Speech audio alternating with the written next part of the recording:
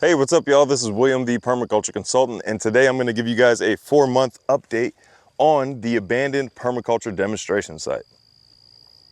Alrighty, so we're going to start at the very front. This is the entrance. This is the driveway. I got this gate hung, which before, if you don't remember, the trespassers, the robbers, when they robbed this place, they just ran over the gate with their four-wheelers and then, you know, robbed the storage container and the buildings and all that stuff too. But I got that hung and replaced. I got the gate up and I got all of this stuff cleared over here to this side. These are the swales. We'll go over there in a second. And I got all this stuff cleared over here. Now I'm going to give you I'm going to jump ahead just a little bit. I guess I'll go ahead and play the before footage right now so you guys can see what it looked like before. I couldn't walk through any of this, that's for doggone sure. But as you can see right there, I have 2 beehives. Now I'm gonna go ahead and leave. I showed you guys the beehives. I got those just 2 days ago. I need to film a video for you guys on that. But I just got those a couple days ago from my friend over in town. He just became constable actually, Dylan Gardner. He said, hey, I'm not doing bees this year. If you guys want these beehives, you can come on over and pick them up. So I got them, which is awesome. 2 beehives. One is actually empty, so I can capture a swarm or purchase one or something like that and fill that box, but that's exciting. Now the before on all of this area over here, this is the very top of the property. You can see this fence, which I still have to mend and stuff like that, but it's not too bad a shape where it's a big deal. All of this stuff was all forest. It was all just overgrown, new growth, like very small saplings, like nowhere near that big of trees. But as you can see, that's all gone. At first I started with the scythe. I did a pretty good dent with the scythe, and then I rented a brush mower for those saplings and stuff like that, because the further back in the property you got, the brushier it got. Up here it was mostly overgrown, thicker weeds. That's what was over here. These are the swales. There's this one swale right here. You can actually see that it's there now. It's not just a sea of green. Over here, there's another swale. You can see it's actually capturing water, and it rained maybe a day or two ago. It's capturing water. It's passively soaking into the landscape and watering everything downhill of it. It's actually not too far from hitting its 7-year mark, so that's going to be exciting.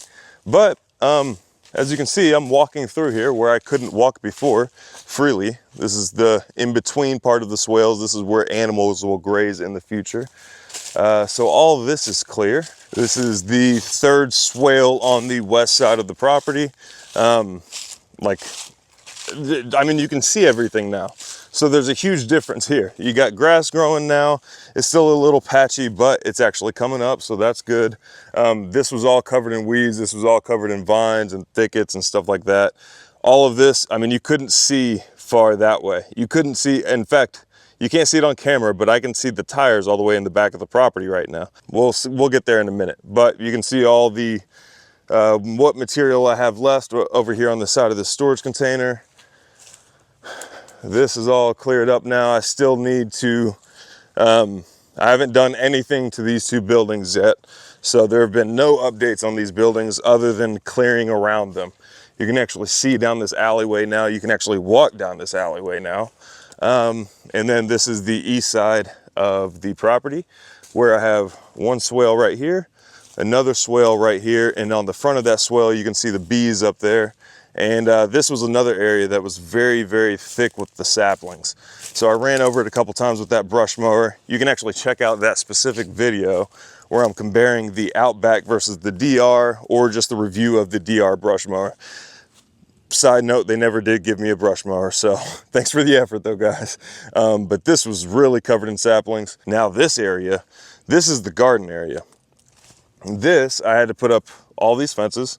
Well, not all these fences, all these posts. I put in all these posts. I haven't hung this gate yet. I haven't hung the gate over there. It's actually right there. Still need to hang it on that side. It's not that urgent, so I just haven't done it yet. But all these posts, this one, this one, anything wooden you see is a post that I put in. I was replacing the 4x4 posts that eventually rotted. And this is the garden area. Right here, I got onions growing. Over here, I have kale and beets growing. You can see my kale plants coming up. I'm using a clover cover crop, which is slowly coming up. It's taking its sweet little time. But this is one of the perennial beds. This has trees, apples, or yeah, obviously fruit trees, blueberries, strawberries. I have a couple mimosas in there. They're going to act as the nitrogen fixers. On the ends, I have my rootstock trees. This one is an M111 apple rootstock, as you can see right there. I've got these placed as end caps right next to my rosemary on the ends of these beds. But this was also an area where I told you, you're just gonna have to trust me that there's a garden over here. But I had to reshape these beds. These are at a 90-degree angle orientation that they used to be. They used to be facing north and south, which is this way. And now they're facing east and west, which is this way. And the reason for that is because of the contour of the land. There's a gentle slope going back my way. So I want these guys to passively harvest water as it rains. Now these guys are my water storage tanks, which I pump water from the pond, which is in the back. You can now see it again. I pump it from there into these tanks, and I use the same pump to pump my sprinklers, which water my garden. You couldn't see any of this before. This was all filled with saplings, all kinds of crap. Now we're skipping ahead again just a little bit because this wood pile is right here. These were a lot of the trees that I cut down from the Silvopasture project in the back. That'll be a cool little update. You can see a lot back there. But these guys, I have a hornet crawling on one of my logs right now. I feel like I might have to conduct a little warfare at night sometime. But a lot of these were the ones that I cut down from back there. And I split a lot of them into rails that I can use for whatever, you know, farm projects I need in the future. But instead of burning these guys, I wanted to use these guys. And by splitting them, I'm using the strongest way to use a tree is by using its natural fibers. Same thing with spoon carving. If you didn't know, I carve spoons. But you want to use as long, continuous, straight fibers as possible to get the strongest boards or the strongest lumber. This isn't going to be the prettiest lumber in the world, but it's useful for like these fence posts over here. That's what I used, was these. And then I lit them on fire, and then I put them in the ground.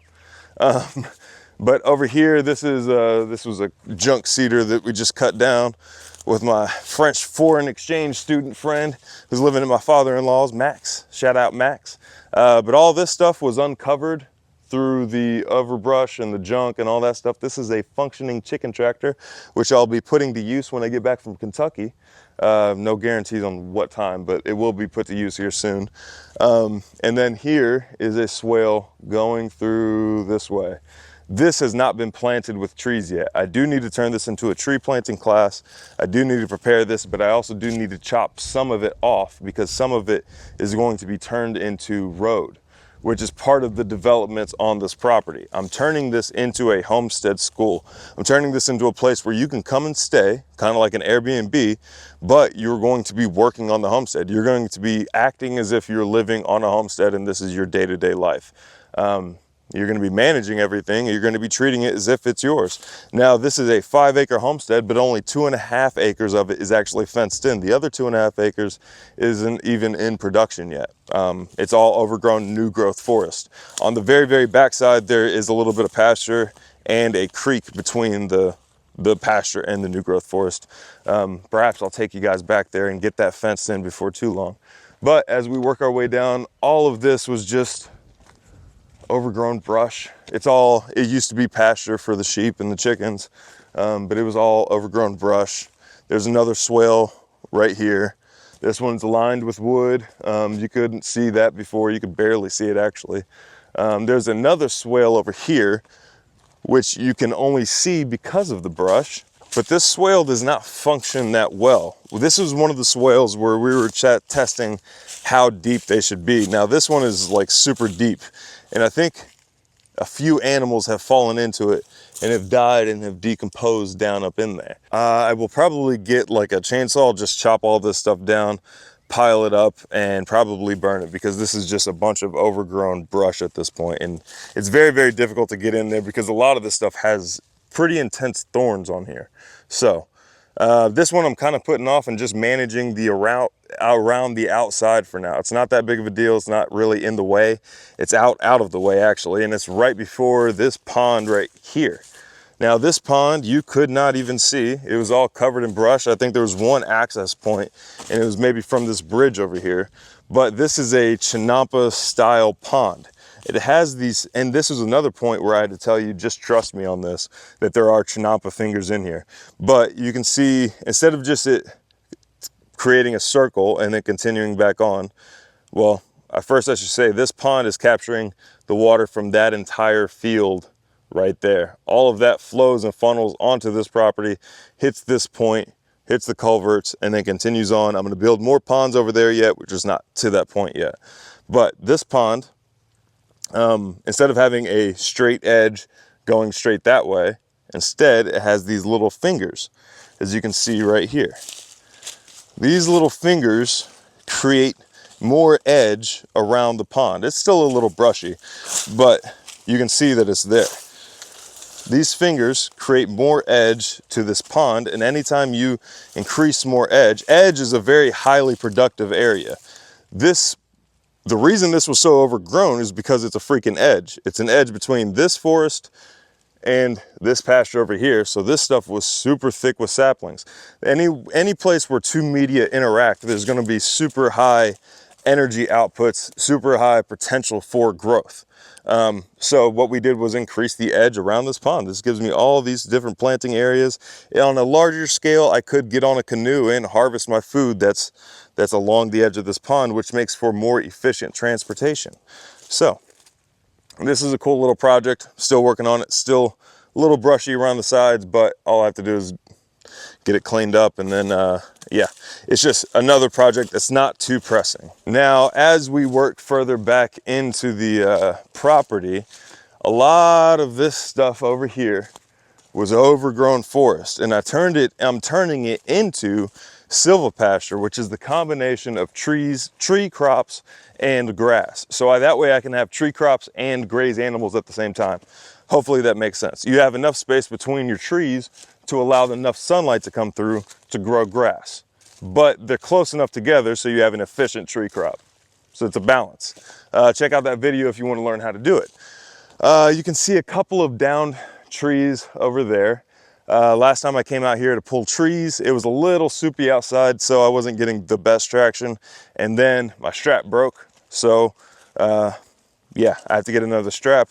But I'm also getting ready to go out to Kentucky's Sustainable Living Festival right now. So there's that as well. Also, my chainsaw crapped out on me and it's in the shop right now.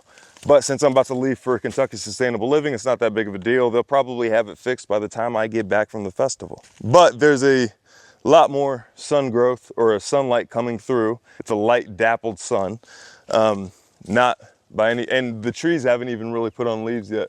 They're just starting to. So this isn't even the full shade capabilities of this Silvopasture over here. Now, back here are the tires. Now, this was an area where we were going to build an earthship. And then we decided to move to North Carolina, so we never built the earthship, but the tires are still here. I'm still going to use these guys. Now, okay, first we should address what everybody's thinking. Aren't you worried about toxins leaching from the tires? No, because these are all used tires, all of the off-gassing has already occurred. The toxins are like the vapor, anything they're gonna off-gas is already gone. And whenever I do use them, they're going to be encased in earth, so there's no opportunity for sunlight or air to reach these tires and potentially off-gas anymore because they're encased in earth. So I have zero problem with them being out here. My main concern is some dummy coming over here and lighting them on fire, and then the fire just never goes out, but it takes quite a bit to get a tire lit. So I will be using them for earth berm structures out here in the future. I'm not sure what yet, probably a root cellar of some sort, or maybe even like a workshop. I don't really know yet. I'm still trying to think that over. But some of the future projects that I'm going to be doing on this property are expanding the road, getting the driveway here that's here, or getting the driveway that's already here a little bit more established, and cleaning up some of these brushy areas. And then once I get the road installed, then I can move these buildings around the way I want them to be. And then I can start renovating those buildings and getting them ready for occupants. Because once that part is ready, then I think it should just, once the house is ready, once the place to stay is ready, I think everything else is going to be a breeze, and then it'll be no time at all before people can come out here and start learning. So yeah, I don't know how long that renovation is going to take though. I gave myself a year. This is the 4-month update. I better pick it up, it seems like. So yeah, if you guys need any consultations, then hit the links down below. And if you have any permaculture Q&A questions, then leave them down in the comment section with the hashtag permaculture Q&A at the beginning of it. That way I don't miss it, and then we can get to your question in future videos. Thank you guys so much for watching. Stay tuned for more updates on the property, because this is, this is what I do.